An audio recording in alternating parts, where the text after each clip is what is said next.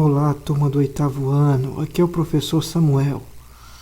Vamos para a nossa terceira aula de Química. Hoje nós falaremos sobre a evolução dos modelos atômicos.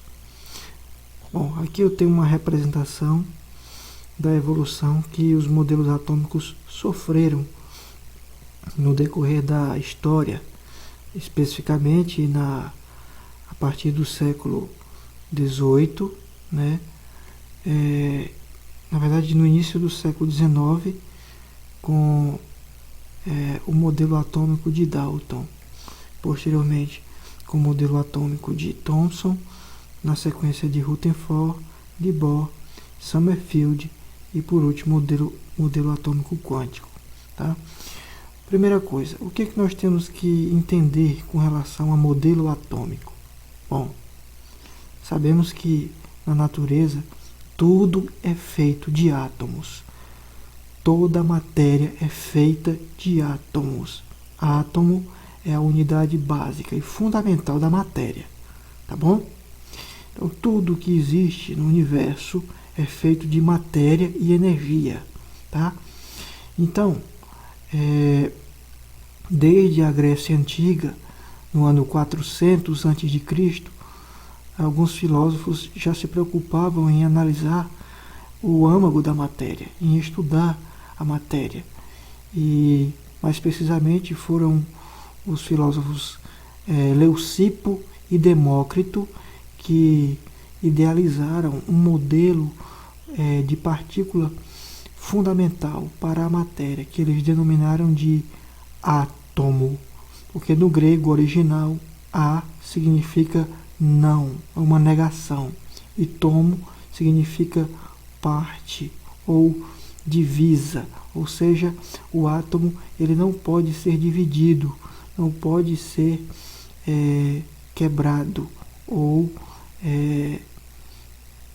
ter a sua desintegração concretizada mediante os conceitos filosóficos dos antigos gregos, tá bom?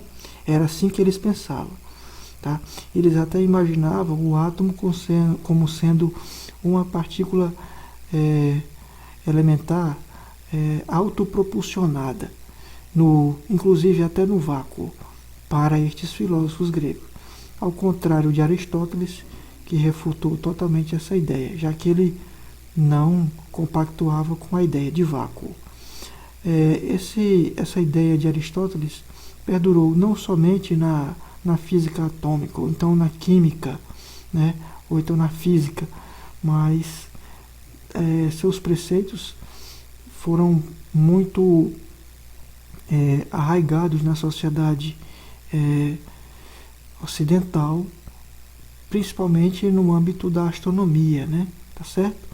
Mas aqui nós vamos falar sobre a evolução dos modelos atômicos, que foram evidenciados a partir da Revolução Científica, que se deu por volta do século XVII, com a ideia de Francis Bacon do método científico.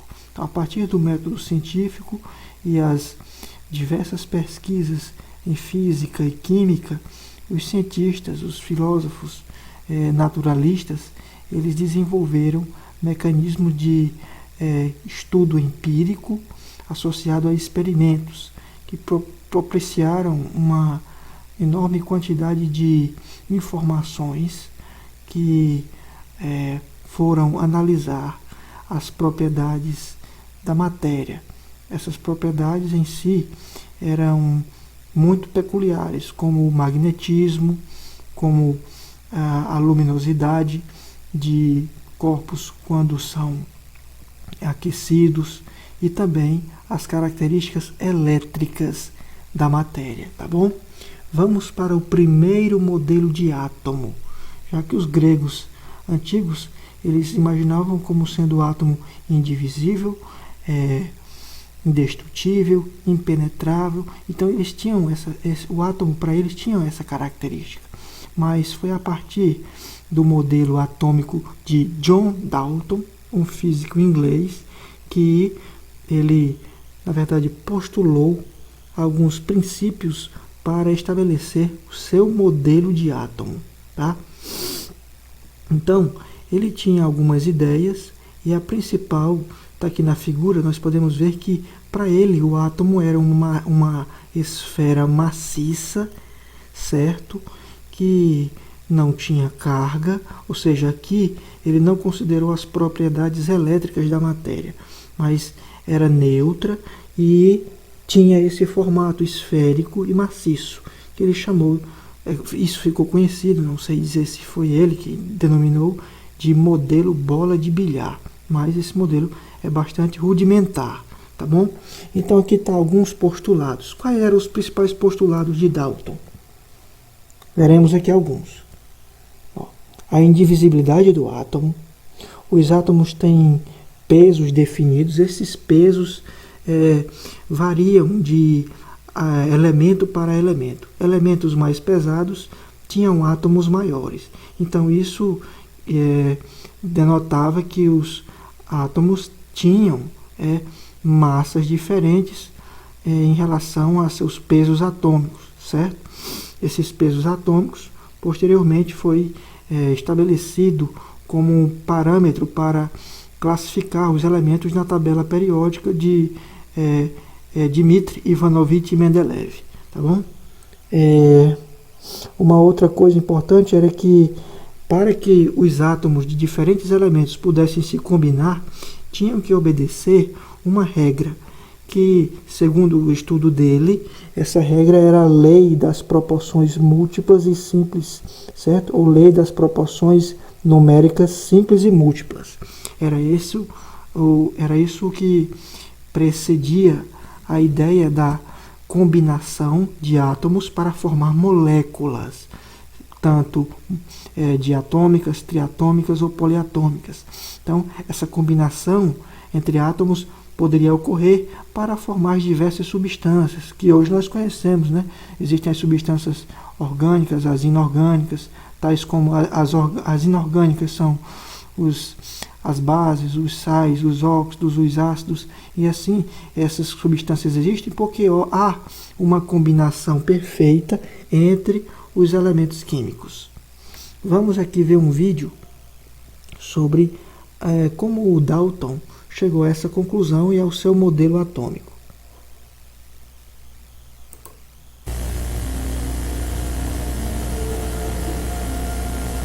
John Dalton foi o responsável por um desses estudos mais sérios. Em 1807, este químico inglês estudou as combinações químicas dos elementos comuns e propôs a lei das proporções simples e múltiplas. Quando duas substâncias se combinam numa reação química, elas se combinam com massas em proporções de pequenos números inteiros. A implicação era óbvia. Para se combinarem em proporções assim tão definidas, as substâncias devem ter partes básicas ou fundamentais, os átomos. A ideia de Dalton não deixava de apresentar suas dificuldades, e uma das mais importantes foi superada por um químico italiano chamado Amedeo Avogadro.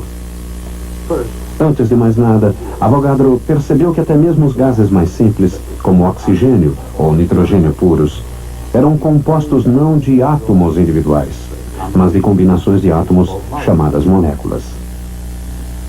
Qualquer que seja a menor unidade de qualquer gás, afirmava Avogadro, ao falar de átomos ou moléculas, um determinado volume de gás terá sempre o mesmo número deles. Essa quantidade acabou ficando conhecida como o número de Avogadro. E sua descoberta tornou-se um passo vital no desenvolvimento da teoria atômica. Bom, nós podemos ver que os avanços no estudo do átomo continuaram.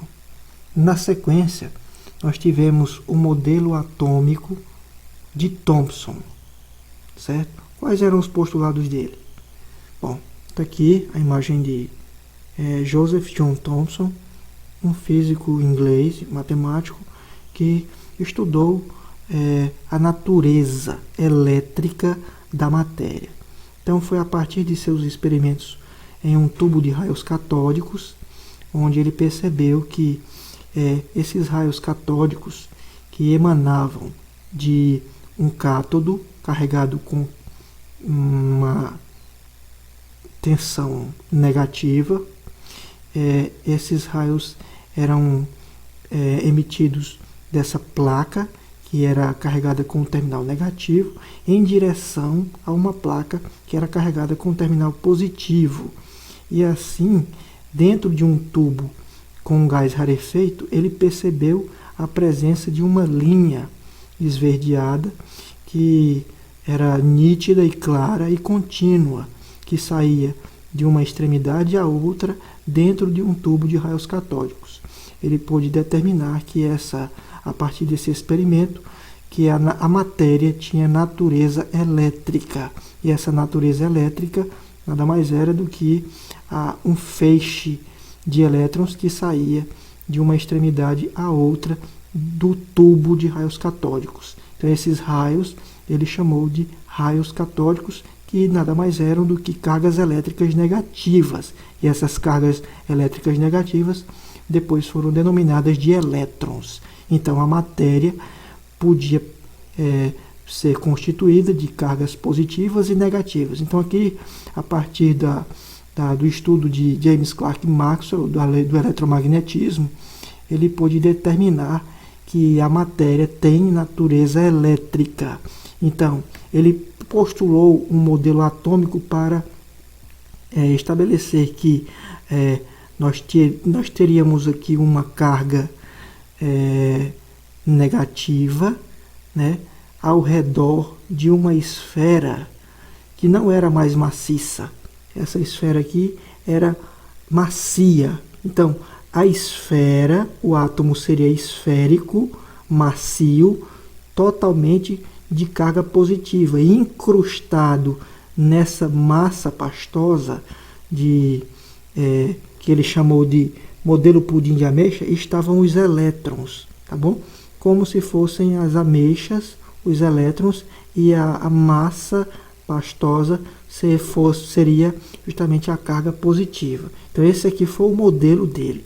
Já diferentemente do modelo de Dalton, você pode perceber que aqui essa parte aqui, isso aqui era a carga positiva, que era totalmente incrustada de cargas negativas, que eram os elétrons, tá bom? Então, essa carga negativa era equilibrada pela carga positiva. Então, isso aqui resultava na neutralidade da matéria e do átomo. Então, o átomo em si era neutro, porque havia um equilíbrio entre essas cargas, a negativa e a positiva. Então, as cargas elétricas negativas, elas podiam ser transferidas, ou seja, os elétrons poderiam ser transferidos entre átomos, ou seja, a partir das combinações entre os átomos para formar as substâncias, por exemplo, uma ligação iônica, podiam ser percebidos que as partículas em movimento e transferência de um átomo para outro seriam justamente os elétrons, que estariam na parte mais superior, ou seja, mais externa, né, do átomo, tá bom? Então esse aqui era o modelo de J.J. Thomson. Vamos ver aqui um vídeo falando sobre o modelo dele. Mas para compreender a natureza do átomo no sentido mais profundo, seria necessário que alguém fizesse uma descoberta ao longo de linhas diferentes. Esse alguém foi o professor J.J. Thomson, um discípulo de Maxwell na teoria do eletromagnetismo, um homem decidido a investigar a natureza interna do átomo e a descobrir como ele funcionava. Mais tarde, outros transformariam o tubo de raios catódicos na televisão e nas telas de computador. Mas algo mais significativo a longo prazo foi o fato de as experiências de Thomson terem demonstrado que os raios que emanam de um catodo aquecido num tubo de vidro vazio são partículas carregadas eletricamente. Ainda mais importante, esses raios podiam ser defletidos por campos elétricos e magnéticos, e não importa qual a matéria dentro do tubo, essas partículas elétricas eram sempre do mesmo tipo. Thomson percebeu que todos os átomos continham as mesmas partes em movimento, ou, em outras palavras, corpúsculos, e que ficariam conhecidos como elétrons. Com isso em mente, ele desenvolveu o que foi chamado de modelo de pudim de ameixas. Mais do que um recurso intelectual, ele constituiu uma explicação substancial do espectro dos elementos. Na teoria do professor Thomson, Cada átomo consiste de uma grande esfera de carga elétrica positiva, contendo um número suficiente de elétrons negativos para equilibrar a carga total e torná-la neutra. Então, você pode perceber que através do experimento do tubo de raios catódicos, ele pode manipular o feixe de raios catódicos através de um ímã. Então, o ímã produz um campo magnético. Então, quando ele aproximava o ímã do feixe de raios catódicos, esses raios catódicos sofriam uma deflexão, ou seja, eram desviados através desse campo magnético originado pelo ímã, tá bom? Isso aqui é só para ratificar. Então, o modelo do átomo de Thomson tinha alguns problemas técnicos em relação ao seu desenvolvimento, à sua teoria. Por isso, ela foi aperfeiçoada por Ernest Rutherford. Ele fez alguns experimentos, principalmente o experimento da lâmina de ouro, tá bom? Que eu vou explicar daqui a pouco. Então, aqui é Ernest Rutherford, um físico e matemático neozelandês que foi para a Grã-Bretanha para estudar no laboratório de Thomson. Ele elaborou seu modelo, chamado de modelo planetário. O que esse modelo diz? Bom, o átomo em si, ele é composto basicamente de espaço vazio. Todo o átomo, tendo no centro um núcleo com carga positiva, muito denso, mas também muito pequeno. E ao redor desse núcleo, estão os elétrons de carga negativa orbitando em trajetórias circulares. Tá? Ele fez alguns postulados e disse: o átomo é constituído de um núcleo sólido muito pequeno de carga positiva. Em volta do núcleo existe um espaço vazio no qual os elétrons orbitam. Então, existe uma atração entre as cargas, Existe uma atração entre as cargas. Então, em decorrência disso, o átomo entraria em colapso. Mas esse colapso é puramente teórico, porque a gente sabe que a matéria ela não implode sobre si mesma, ou seja, a matéria existe e é estável, ou seja, o átomo é estável. Então, de acordo com o modelo da física clássica, onde existe uma atração mútua entre diferentes cargas, ou seja, cargas de sinais opostos se atraem, cargas de sinais iguais se repelem. Então, de acordo com esse modelo do eletromagnetismo, a carga negativa, ou seja, o elétron, quando orbitasse em torno do núcleo positivo, ele se aproximaria cada vez mais, até chegar ao ponto de que ele se chocasse com o núcleo e assim ocorreria uma implosão do próprio átomo. Então, esse era o maior defeito da teoria, podemos dizer assim, da teoria atômica de Rutherford, porque ele, na verdade, se pautava pelo método da física clássica. Então, para eles identificar que o átomo é composto não mais de uma esfera maciça, e também não tanto quanto um átomo recheado de uma massa pastosa e macia, ele fez um experimento da lâmina de ouro, onde ele pôde emitir partículas alfa, ou seja, raios alfa, radiação alfa, em direção a uma lâmina de ouro muito fina, finíssima, que foi atravessada totalmente pelo feixe de raios alfa.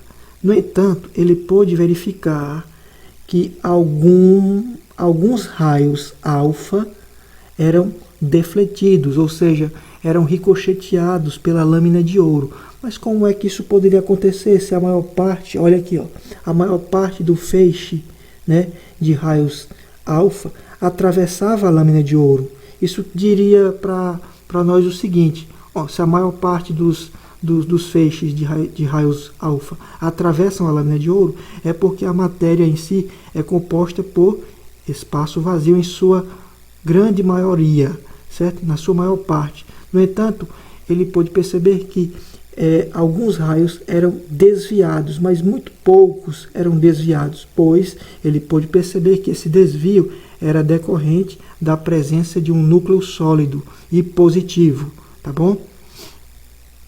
Então foi a partir desse experimento que ele determinou o modelo atômico planetário, certo? Vamos ver aqui um vídeo que vai demonstrar melhor para nós como aconteceu essa experiência.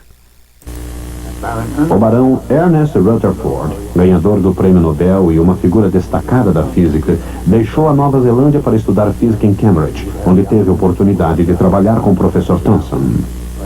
Uma determinada lei com um elemento radioativo.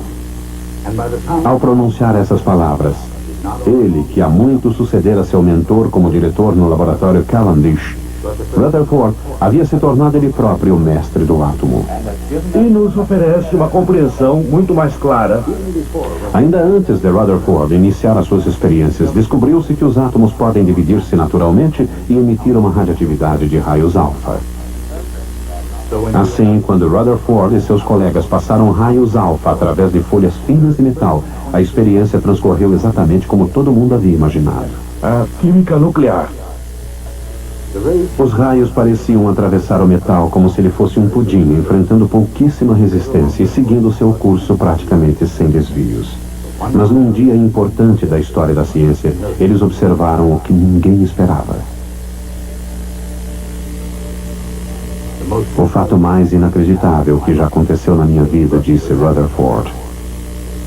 Era quase tão inacreditável como alguém lançar uma bomba de 15 polegadas contra um pedaço de papel, ela ricochetear e lhe atingir. O fato inacreditável foi que, em vez de atravessar o papel, alguns dos raios alfa ricochetearam. Rutherford percebeu que, ao contrário do modelo de Thomson, toda a carga positiva do átomo precisava ser concentrada dentro de um núcleo minúsculo. Isso acontecia porque, apesar de toda a carga positiva concentrada numa região muito limitada, a força elétrica próxima seria suficiente para repelir ou, pelo menos, defletir uma energética partícula alfa, caso ela lhe chegasse muito próxima. Além disso, se o núcleo contivesse a maior parte da massa do átomo, ele poderia repelir uma ocasional partícula alfa sem retroceder muito. Essas ideias levaram Rutherford, em 1911, a propor um modelo planetário de átomo. Segundo Rutherford, o sistema solar e o átomo invisível eram quase que imagens refletidas um do outro. Ambos obedeciam a leis quase idênticas. No modelo de Rutherford, cada átomo tinha um núcleo pesado com carga positiva. Seu núcleo era cercado por elétrons leves de carga negativa, que orbitavam o núcleo como planetas em torno do Sol. Mas enquanto os planetas eram mantidos juntos pela força da gravidade, os átomos eram mantidos juntos pela força da eletricidade. Como uma deusa grega nos céus, essa era uma ideia de incrível beleza. E da mesma forma, boa demais para ser verdade. Por alguma razão, quando os elétrons são acelerados, eles irradiam energia na forma de ondas eletromagnéticas. Mas um elétron em órbita estaria acelerando constantemente, irradiando sempre energia.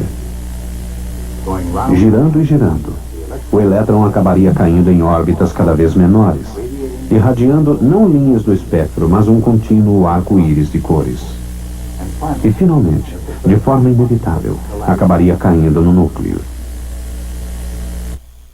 E assim aconteceria a implosão do átomo. Então isso aqui era um problema teórico, puramente empírico e matemático de Rutherford.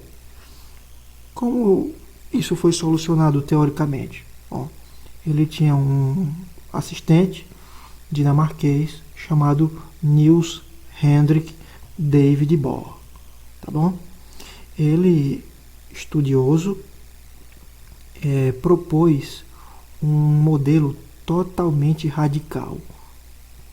Era um conceito totalmente inovador para a época, pois ia na contramão do tradicionalismo da física clássica, pois ele propôs que o átomo não deveria se aproximar tanto, o elétron em órbita do núcleo atômico positivo, ele não deveria se aproximar mais do que 10 elevado a menos 10 metros. Ou seja, essa é a distância mínima, certo?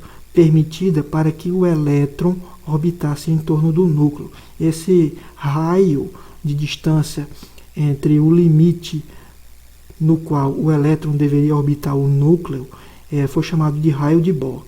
E isso aconteceu em decorrência dos seus estudos na espectroscopia atômica. Então ele propôs um modelo chamado o modelo do átomo de hidrogênio, tá bom? Com órbitas estacionárias. Essas órbitas seriam bem definidas. Então o elétron teria um limite, e o limite seria as órbitas, certo? Essas órbitas quantizadas. Pode perceber aqui, ó, que aqui é a primeira órbita. Bom, seria, no caso, a órbita mais próxima do núcleo positivo. Então, como o hidrogênio é o elemento mais leve da tabela periódica, então ele só teria uma órbita, né? O lítio, que é o segundo elemento da tabela periódica, ele teria 2 órbitas e assim por diante. Então, quais eram o total de órbitas permitidas para o átomo? Ou seja, quanto maior o número atômico, quanto mais pesado fosse o elemento, maior seria a quantidade de órbitas. Ou seja, essas órbitas foram chamadas de camadas eletrônicas. Ou seja, esse espaço em volta do núcleo foi chamado de eletrosfera, porque era semelhante a um sistema planetário.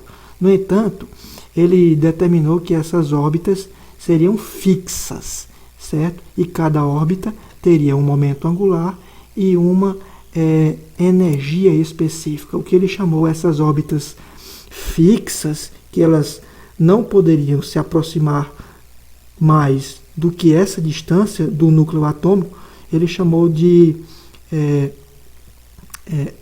órbitas de níveis de energia. Então, aqui seria o local onde o elétron orbitaria em torno do núcleo. E se ele ficasse fixo em uma dessas órbitas, ou seja, aqui, como a gente percebe, olha, né? Como a gente pode perceber, esse átomo aqui está fixo nessa órbita. Então, ele só poderia saltar para uma órbita através de aquecimento ou de indução de corrente elétrica. Então, nesse caso, se ele quisesse saltar de uma órbita para outra, se ele fosse de uma órbita para outra, ele emitiria ou absorveria energia, tá bom? Então, isso aí foi chamado de salto quântico, certo? Então, quais foram os postulados dele para o átomo? O movimento dos elétrons são estáveis em suas órbitas fixas, ou seja, na eletrosfera. Então, para ele orbitar numa órbita determinada, pré-estabelecida, ele não vai emitir energia, certo? Se ele continuar aqui paradinho nessa órbita aqui, ele não vai emitir, mesmo que ele circule o átomo numa órbita só. Agora, se ele saltar de uma órbita para outra, ou seja, da primeira para a terceira, ou da primeira para a segunda, ou da quarta para a sétima, porque no total são 7 camadas, são 7 órbitas. Então, se ele saltar, ele pode emitir radiação ou absorver radiação, ou seja, luz. Quais eram os outros postulados? Os átomos só irradiam energia quando os elétrons saltam entre as órbitas bem definidas. O outro postulado era que a energia total do elétron pode ser quantizada, ela pode ser calculada mediante a órbita estacionária que cada elétron possui, tá bom? Vamos ver aqui um vídeo sobre o trabalho de Bohr.